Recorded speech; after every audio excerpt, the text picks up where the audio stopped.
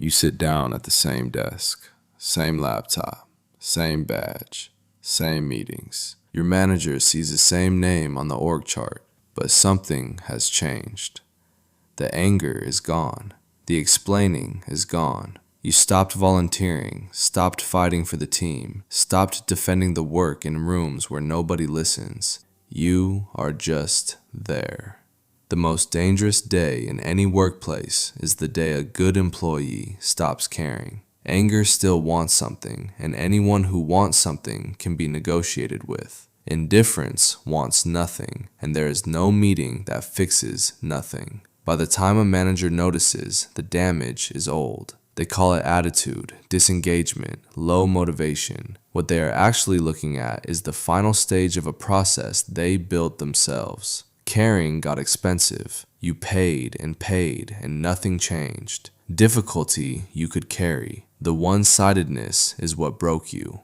Rewind, because you were not always like this. There was a version of you that believed effort gets noticed, that competence speaks for itself, that a clearly explained problem gets fixed. Work hard and they will respect you. Stay professional and fairness will follow. Loyalty will come back around. The first mistake good employees make is assuming the workplace has a memory. You remember every extra hour. The company does not. Every weekend surrendered, every crisis absorbed, every fire killed before it reached the building. The company folds your sacrifice into the operating model and calls it normal. You thought you were building trust. You were building a bigger cage. Because disengagement is learned. A workplace teaches people to stop caring by punishing the ones who care the most. Your extra effort becomes invisible. You solve problems before they explode, so nobody ever sees an explosion. You save the client account, and the reward is a great job in the group chat and a raise that never comes.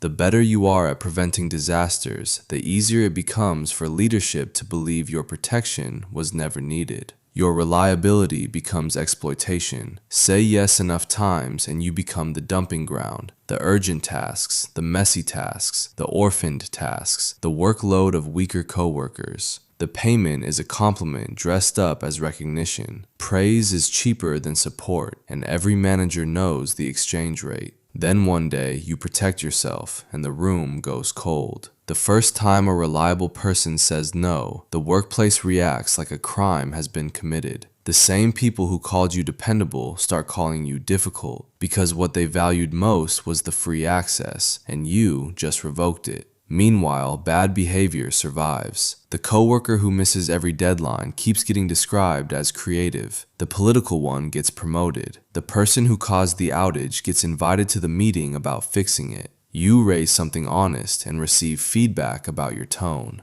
A workplace never has to announce that fairness is dead. It proves it through who gets corrected and who gets protected. Before the caring died, you tried to warn them. Professionally, this process is not sustainable. We need support. The system answered in its native language. We hear you. Let's circle back. Everyone is busy right now. You're doing great. We appreciate your flexibility. Then nothing changed. The company wanted one thing from you: keep functioning and carry the truth alone. When a workplace says we hear you and changes nothing, the real message is this: we have received your pain and decided it is affordable. You complained because you still cared. You were trying to save the work, the team, your own belief. But every warning dissolved into management fog, and the lesson finally landed. Every alarm you raised did nothing to the problem and everything to your reputation. So the silence began.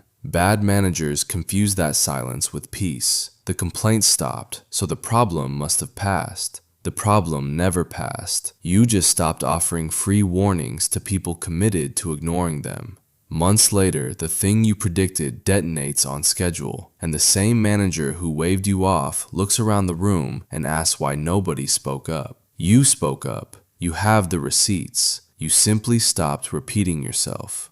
The final straw is rarely huge. Usually it is small, and the smallness is the point. You carry the team all year, then get asked to train the person promoted over you. Your manager repeats your idea in a meeting 6 weeks after waving it off, and the room calls it vision. Leadership answers months of overload with a pizza party and a note about positive energy. Or you simply realize the reward for saving the day is being expected to save every day, forever, for free. And the switch flips. No shouting match, no tears in the parking lot, no resignation letter slammed on a desk. What arrives is clarity, evidence finally becoming impossible to deny. The explaining stops, so does the hoping. The part of you that used to reach for this job pulls its hand back and does not reach again. The day you stop caring is the day the workplace loses access to the voluntary part of you. A job can buy hours, attendance, output, compliance. Genuine care was never for sale. They can make you attend the meeting, they cannot make you care about it. Devotion was always a donation, and the donations have ended. A company can rent your time. Your inner investment was never in the contract. Burnout goes past tired. Tired people rest and come back. This is different. Exhaustion with distance, cynicism with a badge, a fading belief that your effort changes anything. And the part everyone misses is the distance, because that is where the good employee disappears first. The body still attends. The belief resigned months ago. From the outside, it looks simple. The volunteering ends. Broken systems stay broken because you no longer repair what you do not own. Obvious risks go unmentioned because raising them was never rewarded. You leave on time. You stop covering for incompetence, laughing at the fake family culture, donating ideas for free, or playing engine for the department. Management notices. Management misreads. You seem less engaged lately. Is everything okay? Your care was invisible while it was saving them. It became visible the day it stopped subsidizing them. They think they are looking at a performance issue. They are looking at the bill for their own management style. Standing in the doorway, on time, doing exactly what the contract says and nothing more. They are finally meeting the employee they created. This version of you terrifies a bad workplace more than any angry employee ever could. Anger is attachment. It still has hope inside it. It says, I want this to be different. Indifference says, I have accepted what this is. A detached employee has stopped negotiating internally and started calculating. The minimum I can do well, what I should document, which skills leave the building with me, how I exit without damage, how I stop giving this place access to the inside of my head. Be careful here because people get this part wrong. Nobody is telling you to become a bad employee, sabotage anything, or rage quit into the void. Keep your standards. They belong to you and they will outlive this job. What ends is the overcaring, the self-sacrifice inside a system that already showed you sacrifice is its business model. So when you stop caring, do not become reckless. Become precise. Separate the job from your identity. It is something you do for money and that is all the soul it deserves. Stop carrying problems above your pay grade. If leadership owns the decision, leadership owns the consequence. Write reality down, workloads, instructions, promises, warnings, and redirect the energy that used to go into begging this place to change into your resume, your skills, your network, your options, your proof, into a version of you that no longer needs this place to become fair before you become free. Stay excellent where it protects your future, reputation, references, bargaining power. Care less emotionally, move more intelligently. A workplace can damage your motivation. Do not hand it your judgment too.